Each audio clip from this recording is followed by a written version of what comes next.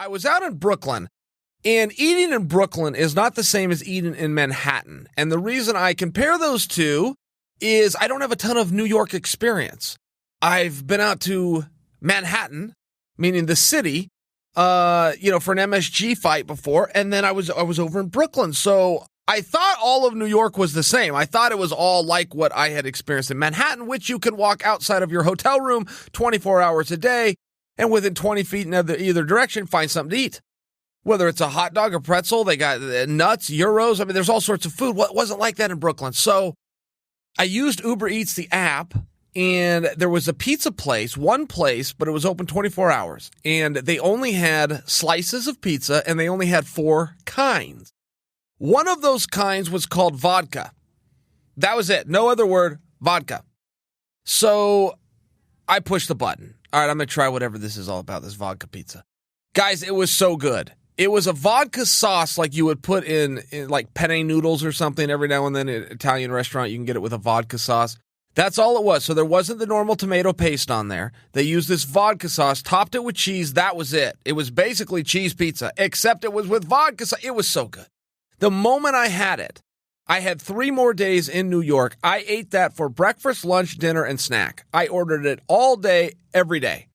And got a couple of other people turned on to it. And the problem I knew I was going to have, and the reason I kept eating it like a maniac, is I've never had it before.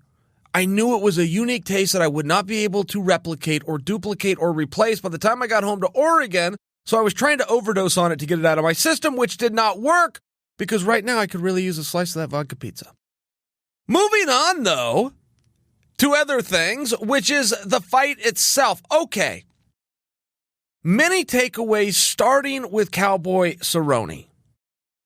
I have been in this sport since 1997 is when I had my first fight. I have been watching fights since 1987 with my dad.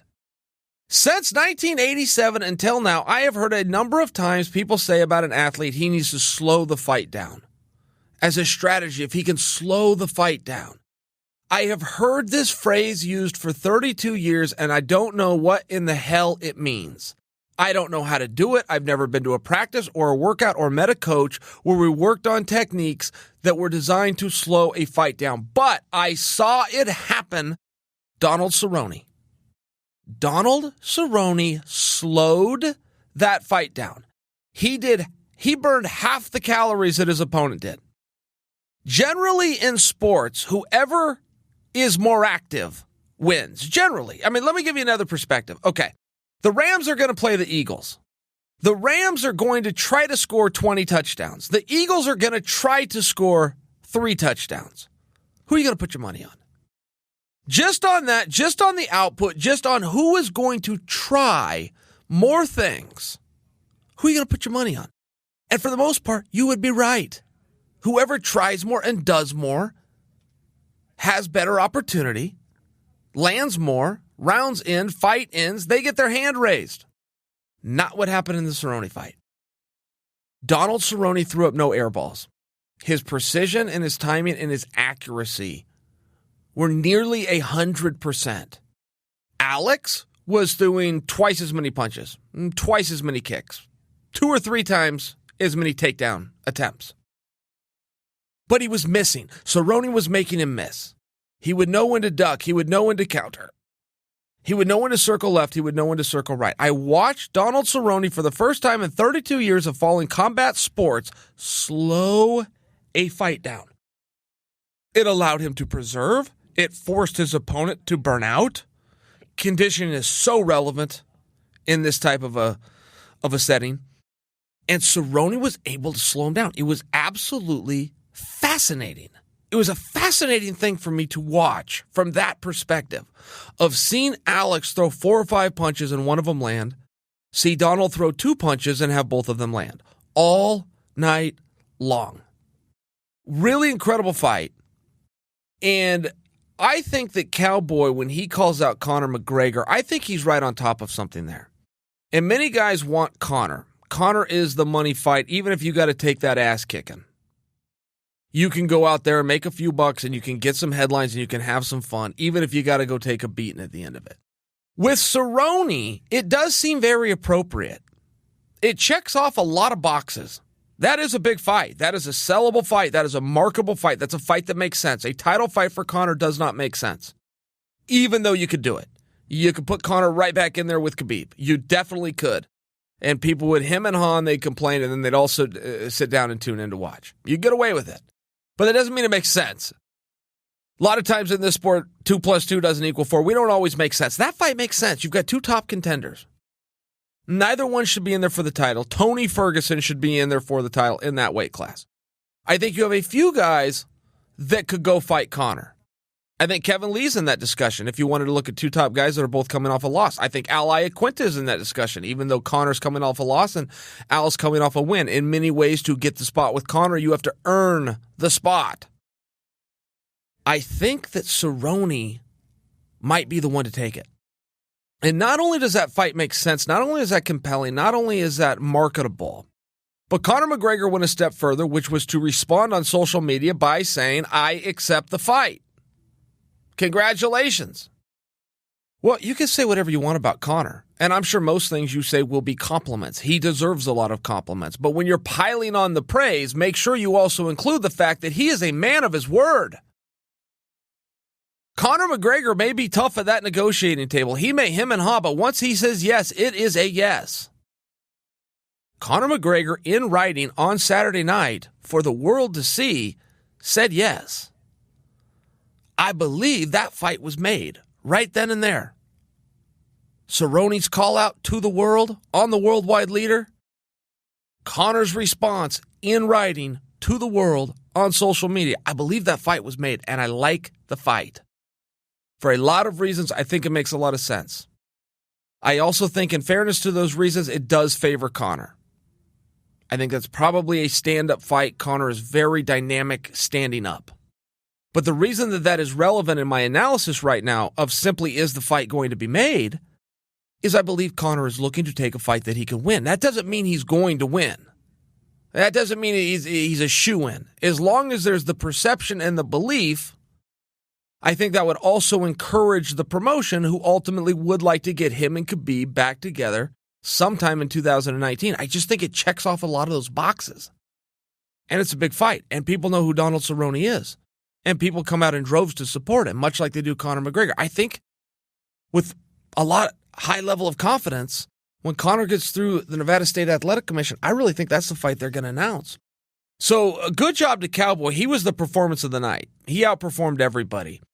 You move into the co-main event. Hardy took on Crowder. I picked Crowder going into that fight. I did think there was a few takeaways from that, most of which were negative from what I've read towards Hardy and Hardy's skills and his ability and his placement in the co-main event. I think if you looked at that with a little more objective and a little bit of a closer eye, the way that Hardy himself and Hardy's coaches are going to have to look at that fight, I think there was a lot of positives there for him. I will agree with you guys, he is green. And no part of this would be me shilling for Hardy. I don't know him. I've never met him. I just found out he was even jammed up in a domestic abuse years ago, and his placement in this whole thing was called into question. She didn't know that about him. So this is not coming from anywhere other than a guy that observed a fight and saw a guy that was very raw and very green, but had tremendous size and had tremendous athleticism and had tremendous balance. You could really see that when Crowder was coming in on those takedowns. And while he scored one of them, he also was stuffed on all of the rest. I also saw an output, particularly in the first round, by Hardy, a big guy. Big guys usually don't work all that hard. They just don't. They don't throw that many punches, that many combinations. Hardy's ability to cut off the ring, stalk him, know what his range was, land some of those shots.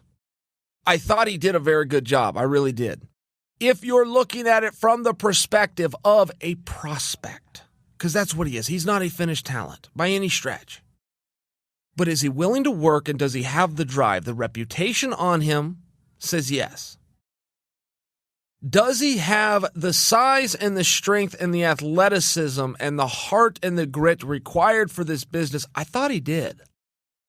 I thought his skills were very green, but I did have some takeaways that if I was to close my eyes and look into a crystal ball called 2021, I think you've got some real potential there, particularly in that weight class.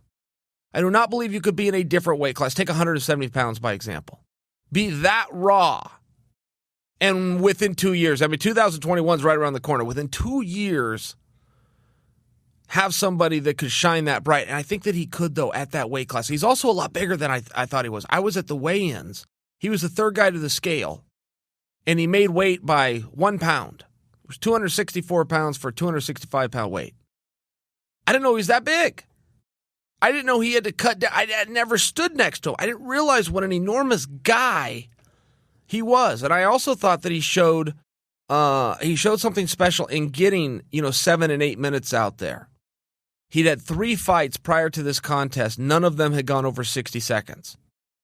So without getting out the official time and calculating that and seeing what it was, but roughly he fought for 2.5 minutes in his entire career. He went almost 8 minutes on Saturday. And yes, he was tired. Yes, he was fatigued, but there's things that you will learn that will come with experience of when to put your foot down on the gas and when to hold back a little bit. That is something where experience does come in very handy. And even when he was tired, he was still pushing through. I'll remind you, in the sequence where he threw the knee that was illegal, he had just defended a takedown. The whole reason his opponent was down is because Hardy had just stopped a big, powerful double leg attempt, which largely he did not even do technically correct. He did it off of athleticism. He did it off of knowing where his balance was and which way to push his hips. Had to steer his opponent's head. Largely, it was just an athletic display that worked out in his favor. As far as the knee goes, yeah, it's completely illegal. I don't know what the hesitation was. The second that landed, fight should have been called off. There never should have been a moment in time where we thought we're going to go to Crowder after X amount of time and get his opinion, or bring in a doctor and get their opinion. MMA, guys, we only have a few rules. So it's really important that we follow those rules. But I don't cry foul ball there. In terms of, I do not believe there needs to be any level of discipline put on Greg Hardy. I accepted what happened. He broke one of the few rules that we have. He was punished immediately, to the fullest extent of the law, if you will. There was nothing greater they could have done to him than to give him a disqualification, and they did. And just so you guys know how that works, that isn't just painful that night. That is not just a loss and a knock and pay and a defeat. When you go to apply for a license in your next contest and forever, you will have to write down that you were disqualified. There is a very specific subsection of each and every license in each and every state in the country where you have to disclose that. That commission will then take a look at it and want an explanation. I don't suggest for you that he will have a future problem. I just want you guys to be aware that the fullest extent of punishment available was executed. So there's really no reason to be upset with Hardy, is all I'm suggesting for you. He broke a rule. He was dealt with to the highest extent. Keep that in mind. And also, his opponent did forgive him. His opponent even said, yeah, I think he was caught up in the moment. Didn't realize my knee was down. Fatigue played a role, and he threw a knee. So, if his opponent forgives him, if a punishment was dealt out, I ask that you guys take that in consideration, because I think that's being fair. When you move into the main event, another very interesting finish, because there was so much talk, including by me. I thought that was stopped early. But I want to have a dialogue with you guys on this, because I am not crying travesty. There is no part of me that is questioning this referee. The referee saw what he saw, and he erred on the side of protecting the fighter, which is what he is instructed to do.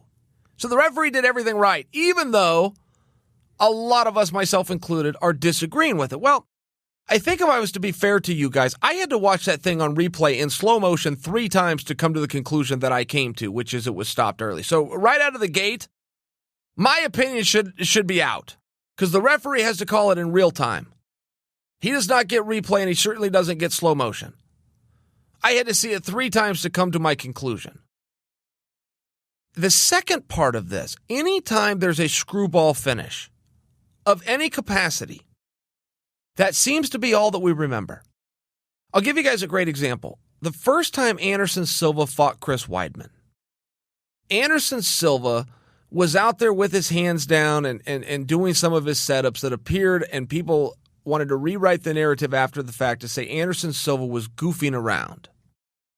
In the midst of that, whether he was goofing around or he was just out there doing his setups, either way, in the midst of it, he got clipped and got put out by Chris Weidman. That was all people remembered. Anderson Silva got knocked out, but he got knocked out because, and then they filled in the blanks. They forgot that match was 7.5 minutes long, and Anderson Silva hadn't won a single second of it. For some reason, when there's a weird finish, the psychology of the fan is to instantly forget everything that happened prior to that. So when Silva rematched Weidman, it was pretty obvious what was going to happen, because we'd already seen a round and a half that was not competitive. But Anderson still went off as a 2-1 favorite over Chris Weidman. I'm tying that in because Anderson's a very big name, and that was a meaningful fight that I think you guys would remember. I'm tying that into what happened Saturday, because while I do also agree it was an early stoppage, and I, as a fan, felt slighted because I was so excited and I wanted to see certain exchanges and certain moments of that fight, of which I was all but certain was going to give us several rounds. But what we do tend to do is forget that TJ ended up down there for a reason. And in forgetting how and why TJ ended up in that position to start with, we take away from Henry's glorious moment, and that isn't fair. Henry had a glorious moment. He walked into a cage with a killer named T.J. Dillashaw. In a main event, first time on ESPN, tremendous amounts of pressure, tremendous opportunity. Walked the walk, talked the talk, went out there and did it, and lived with the results however they may fall. He gets his time to have a glorious moment. And we are taking that away from him. And the good news for us, at least for TJ, the good news of us, whether we're taking it from Henry unjustly or not, is this dialogue is continuing. The main thing you need for a rematch is for days after the match itself, the dialogue continues. That is the first sign that you have something out there. First clue to the promoter, oh, wait a minute, I got one here. I don't need to go to the fans and put a poll together and find out what they want to see. I already know the answer. It's been 5 days since the contest, and it's still what every headline is all about, is the contest. I think maybe we need to do this contest again. Then you have two willing participants, one in TJ begging for the fight, and two in Henry going, yeah, I'll do the fight. It's got to be at your weight instead of mine. Let's not get lost in the weeds on that. I mean, just to start right there, guys, let's not get lost in the weeds. For you fellow fighters out there, okay, Conor McGregor lost to Nate Diaz. Conor McGregor wanted a rematch, and everybody goes, yeah, cool, Conor, no problem. In fact, we'll even help you out. We'll do it at 155. You're a 145-pounder. Let's do it at 155. Size seemed to really play into that. And Conor goes, whoa, no. No excuses, no favors. Same. Same venue, same placement on the card, meaning 5 rounds, same opponents, and you damn sure better bet it's the same weight class. And there was a tremendous honor in Conor doing that. Tremendous honor. That has seemed, though, to trickle down to all of the rest of the fighters of thinking if they do anything less than that, they are somehow not having the same level of bravado. Guys, that is not true. Pat Conor on the back, that was a great thing. If you do less than that, though, you're still doing a great thing. There is just as much honor in fighting anybody at any weight, under any rules, and any placement on the card, and any venue the promoter picks. There is just as much honor in that. So don't get hung up. T.J. Dillashaw, do not get hung up in this has to be at 125 pounds. No, it doesn't. As a matter of fact, if we're being fair, it probably has to be at wherever Henry says it has to be. That's just the way it goes. And you know that too, TJ. You've done that same dance with Cody and the other guys you beat and telling them, hey, what it's going to take to get back in there with me. You've done that before. You know how this goes.